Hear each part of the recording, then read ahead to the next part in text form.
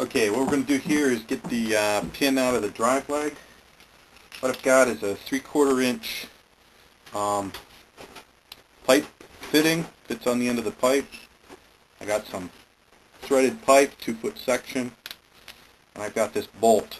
It's about a 4-inch, 5-inch long bolt. So what I'm going to do is I'm going to take this piece of bolt, put the washers on it, and I'm going to put the hole that I drilled in the end of the pipe thread, so it'll look like that. I'm going to take the bolt and I'm going to wind it into the top of the pin. It goes right into the pin. There we go. And I'm going to take my piece of 2-foot long pipe with this other piece on it, and this piece just hits on the end of this right here. So I'm going to screw this in. This whole little contraption costs about $11 at the Home Depot. So that just screws in. Tighten it down. And then we're ready to hit it with the hammer. So we got the hammer here. With the hammer. And hit it. Okay. Now at about 3 inches, one of the washers has finally come out, and I put a little safety line around the yoke so it doesn't drop on the floor and bust, and put some duct tape over here to hold the bar. So this is getting a little bit hard to do. Taking a lot of pounding. Hey, there it goes. It's finally coming out.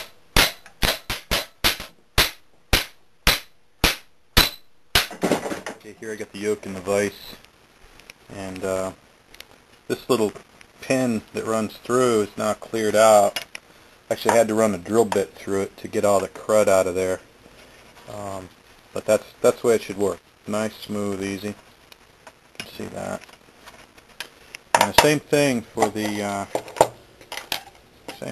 shaft that runs down the inside. This should just drop right in. Now, this is all the crud. We got the drive leg latch pin out, freed up the pivot. You can see that's nice smooth movement there. Shaft is locked in. This pin right here, it just moves. You can see how easy that is to move now. One area that I didn't realize was a problem is down in this hole right here where the pin is for the main steering, and I'm going to take it apart. So out comes this pin. Put him on the table. And then we'll take this out here. We'll get pull it out. We'll get the washer freed up. There's the washer. Take the washer out. And I'm just going to set the camera down here for a second. And I'll watch what goes on. So here, watch this. Grab hold of the pin here. Give it a bit of a tug. Heavy. Look at that. Slides right out. The other washer fell on the floor. Okay. Now, what was causing this thing to bind? Up in here there's a Zerk fitting, and there's a little piece that is like a bearing that it rides on. Just a bushing, I guess. Dry grease got all in the back of this, down up in here. What that did was that prevented this shaft here from going all the way down in. When it's down all the way, at this point it's recessed about maybe a 32nd of an inch. And when it's in the right position, this pin will run through that little slot, but that lets it set the right distance here. Now what happens? If there's extra crud in the bottom of this hole, and this pin doesn't go down all the way. And when that pin doesn't go down all the way, that puts a force on the yoke up.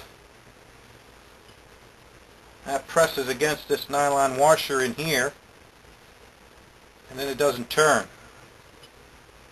It also makes this pin right here that runs through very hard to move. It'll freeze up.